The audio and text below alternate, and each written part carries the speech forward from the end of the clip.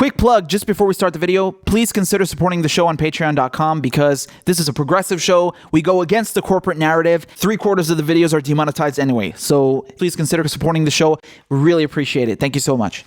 Today, Donald Trump confirmed that U.S. Special Forces killed the leader of ISIS, Abu Bakr al-Baghdadi, in a special raid inside of Idlib province in Syria. So we're going to discuss that. I brought in my cousin, Ronnie, who's our chief Middle East correspondent.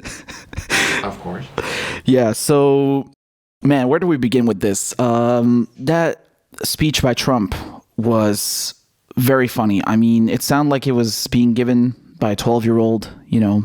By a 2-year-old, man. Yeah, it was ridiculous.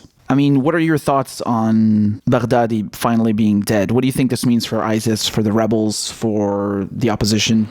I mean, seriously speaking, if you're not listening to the news, it doesn't matter anymore. Like, killing the leader of ISIS is just going to be... It just means that there's going to be another one in 24 hours. Mm-hmm. So, yes, it might be a strategic... very well played move, but for them, I don't think they care.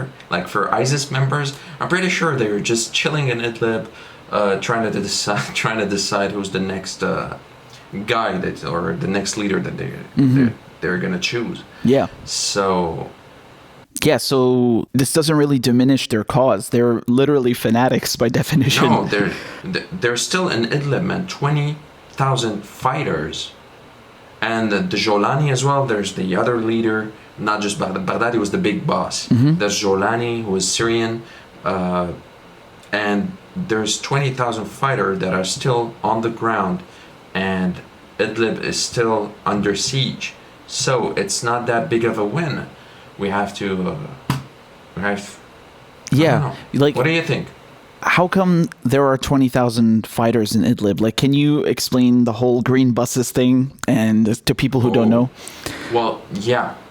So it wasn't like that. Yes, Idlib was a city under siege, and they took it a couple of times, and there was a couple of battles that happened there between the Syrian army and ISIS or Jabhat al-Nusra, and finally it ended up with ISIS. But these 20,000 fighters, the whole population, it ended up because at every city that the Syrian army claimed back from the terrorists, it didn't end with them being killed. It ended with them settling with an agreement between them and the Syrian government that stated that they will be transformed from these cities that the Syrian government retook from them, and they would be relocated to Idlib. The Syrian government was very happy with that because they got the chance to take back the land and get rid of the bigger problem, which was ISIS. So they just relocated them to Idlib, and they just let it. They were trying to fix it in the future, and now is the future for back then. They all are there. All the cities are freed. I believe Aleppo is done. Homs. Even Western Syria is now with the Kurds, so there's no problem there, and the Syrian army is now at the northern border. Yeah. So it's just Idlib is the last city, is the last stronghold. Yeah. Gathering of ISIS members, or because this blew my mind honestly when I read about this, that the Syrian government had basically offered these terrorist groups amnesty. You know, they basically told them, okay, if you leave this territory, we will escort you out in these green buses and put you in a safe zone. It's a very basic war tactic, man. But it was a good step towards finally getting rid of them. Yeah, you know, just put them in one place, and afterwards you will deal with them. Yeah, because like now, if you look at the map in Syria, I mean, it's mostly government held, and the last stronghold that's left is Idlib. And the thing that I was reading, which is really interesting, is because you have a lot of Western journalists who are saying that, oh, there's no way that Abu Bakr al-Baghdadi is hiding in Idlib because it's held by rival jihadi groups, and they were saying that, oh, some of the groups there, they're only moderate rebels. They would never share territory with someone like ISIS. So they were so shocked and surprised that, oh my God, it turns out this terrorist is hanging out where the terrorists are, you know. Till the day, they don't know the difference between jihadists, between moderate Islam, and so they just or moderate rebels or moderate whatever. Yeah, and another interesting so they try thing. to use these expressions, but it doesn't. They're all mixed together, man. Yeah, they are. It's like, even if there was any kind of moderate wing in the opposition, it's long been taken over by extremists and jihadists. It doesn't exist anymore. This is 2012, 2013. Yeah, this is like a Western, pipe dream. It's like it doesn't exist. So now, like, Idlib is basically this hornet's nest, and it's swarming with jihadis. Yeah. They needed that backup of telling people that there is moderate rebels that are, or the Free Syrian Army that still exists till this day, so they can attack the government, the Syrian government, of why are you killing these people? Why are you killing? They just needed that ticket, that way in to fight and be against the government of Bashar. Yeah, and another interesting thing that I saw Ben Norton from the Grayzone talking about was Trump actually approved a shipment of U.S.-made anti-tank missiles, TOW missiles, from Turkey into Idlib just a few months ago. So basically, they've been shipping weapons and, supporting in the media all these like terrorist jihadi groups that have taken over Idlib and been, shipped there by these green buses. What a surprise! What a surprise, Yeah, exactly. And it's really funny watching Trump's speech because he said word for word, I'll read this to you. He said, "We obliterated his caliphate 100%. We obliterated his caliphate 100%. So he's taking credit for the fall of ISIS in Syria. And he thinks, or he says, that the U.S. did everything 100%. Is that true? The one that didn't work anything the whole time just ends up on the stage telling people that he did all the work.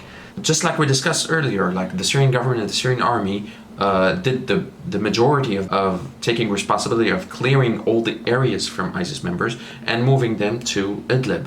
Not to mention all the battles, all the hard work, or that was done by the Syrian army and Russia, special forces from Russia, special forces from Iran, Hezbollah. But of course, they don't want to credit these guys because, well, funny enough, like the funniest part of his speech was when he said, "I want to thank the Russians, the Iraqis, the Turks, and Syrians."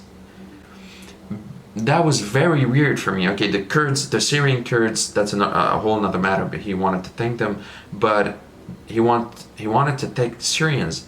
Since when the American government and the U.S. government now thanks the Syrian government? I want to thank the nations of Russia, Turkey, Syria, and Iraq. And I also want to thank the Syrian Kurds for certain support they were able to give us. He thanked the Syrians and the Syrian Kurds. So just to be clear here, you want to thank the Syrians, the same Syrians that you're going to steal from them? You're going to steal some oil from them? Have you heard about it? Have you read the articles? Yeah, so it's been 3 years. There's actually a clip of Trump saying that, we're going to leave some troops behind to secure the oil fields, and we're going to decide, meaning the U.S. is going to decide what to do with that oil. We've secured the oil, and therefore a small number of U.S. troops will remain in the area where they have the oil. And we're going to be protecting it, and we'll be deciding what we're going to do with it in the future. I mean, if there was any doubt behind anyone's mind why the U.S. has troops there, well, now you know. Now it's out. Yeah, exactly. Like, let me get this clear. So you stayed in Syria. It's been 3 years, and in these 3 years, it was every couple of months, Trump would say, "I'm gonna pull the troops out of Syria." Yeah. The first time he said it before he got into office. When he got into office, he didn't do it. He said that I'm gonna try to pull all U.S. strings from Syria. He bombed Syria after saying that in 2 weeks. Yeah, you were there when it got bombed. I remember that. Of course, yes. Afterwards, after a year, he said the same thing, and then Turkey happened like 2 months ago. Yeah. And he said that he's gonna pull troops out. And right now, he said he's gonna pull his troops out.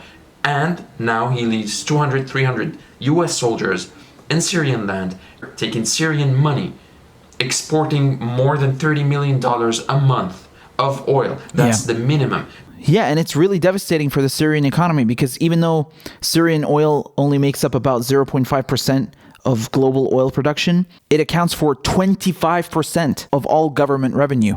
So, I mean, the war has crippled the economy regardless, and now on top of it, you have the U.S. taking this valuable resource hostage. ISIS daily used to steal $3 million daily. Yeah, that's true. And smuggle it into Turkey. Now you're telling me the U.S. military is going to stay there and going to steal Syrian money, $30 million a month, and that's okay?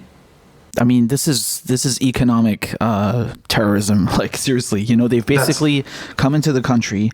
They've taken over the most valuable resource in the entire country, and like they're stealing it, literally stealing it. Like, they don't even try to hide it anymore. I don't know what to say. Like, just get the out. It's about time that people see the true. It doesn't matter if it was Trump, man. It doesn't matter if it was Obama. It doesn't matter if it was Bush, like the worst of them. They're all the same thing because they're just a facade. They're just this face that you see at the U.S. government or their foreign policies that just needs to change by now. Yeah, because this is not acceptable anymore. They went there after all the efforts that's been done by the Syrian government and Russia, and now they're stealing Syrian money, Syrian oil. They're taking their goods. Yeah, this is unacceptable. This is really unacceptable. There's no say to the Syrian government in this because whether we like it or not, they're not going to be able to face the USA. They're going to negotiate, and that's what's going to happen. And the funny part is, which is more sarcastic, that now the negotiation is not going to include the Syrian government. It's going to be America and Russia because we're the big players. Russia's basically negotiating on Syria's behalf, though. So, which is also very, very stupid and very funny and very sick. I don't know. But yeah, I mean, Ben Norton and Max Blumenthal and Aaron Matei, all these guys who work at the Grayzone, they've highlighted everything that we mentioned, about Idlib and also about the U.S. basically hijacking not just the oil production, but the breadbasket of Syria where all the wheat production takes place, right? Because these are the same areas, aren't they? Yes, it is. The northern western areas, yes. Dore and everything. So, I mean, this is really crippling the Syrian economy. And at this point, it's like he's saying himself, Trump was literally saying, we took down his caliphate. So why are you still there? Just go. Doesn't make it. He's protecting the oil fields from Syrians. That makes perfect sense. Yeah, he's basically taking them hostage because that's it. Because they just want to steal them and also hold a bargaining chip against the Syrian government. Exactly. They just want to. Yeah. That's exactly putting it perfectly.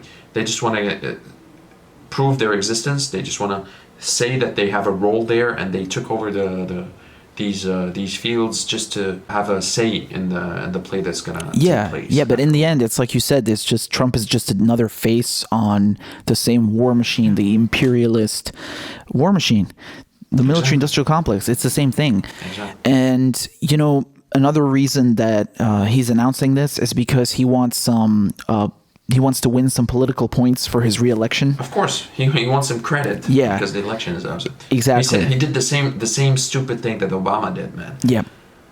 It's just it's just funny. And it's actually quite funny because there's a tweet where Trump is saying that Obama should stop taking credit for killing Osama bin Laden because the Navy SEALs killed Osama bin Laden. And now he's doing the same exact thing. Of course he's doing the same. It's like a joke, It's like a joke. Look what Mike Gravel said. Mike Gravel, he posted on Twitter, "Congratulations to America for killing the leader of the terrorist group America created." So it's just a loophole, You create something. And do you imagine if I was an American citizen and I saw my government giving money to fund ISIS, giving money to military to send to Syria to fight ISIS, and at the end of it, spending billions of dollars, stealing other countries' goods, and returning only millions. It's just bad economics. It doesn't add up. Man. The math is just wrong. I would be furious if I was a U.S. citizen to see my government killing other people, taking their land, taking their goods, and at the end of it, I still have bad healthcare and a lot of problems in my country that they're not even fixing. Yeah, exactly. Like, fix your own goddamn problems. Yeah, exactly. I then mean, go and a lot of people It's- actually voted for Trump because he said that, yeah, I'm going to stop the wars and I'm going to bring everyone home. The root cause here is that you have imperialism, which is dictating their foreign policy, right? Because they're creating and funding these groups like ISIS, like Jabhat al-Nusra. They're giving them arms and weapons. And then they Yes. pretend that they're also solving the same problem that they created, you know? Like, it's the same thing with bin Laden, literally. You know, they created the Mujahideen during the Cold War to fight the Soviets and propped up Osama bin Laden. And then they go and kill Osama bin Laden. And, like, after it's already too late and he's already gone wild and, like, bombed, you know, countless targets across the world. I mean, I just love the fact that they always use these how do you say it? They always use these excuses to justify what they're doing in Syria. It's like the Syrian people wanted us to be here, and by that, like, and if you want to compare it to that, it's like saying the women asked for Bill Cosby for them to be drugged. It's the same fucking principle. The Syrian people did not ask for you to be there. The Syrian people don't want you to be there and don't want you to steal their things. exactly, man. Exactly. That's like saying, you know, a woman who got raped, like, oh, well, she was dressed in a certain way. She asked for it. Like, you know? what the fuck? Like, what is this kind of mentality, you know? Anyway, man, I think we'll leave it there.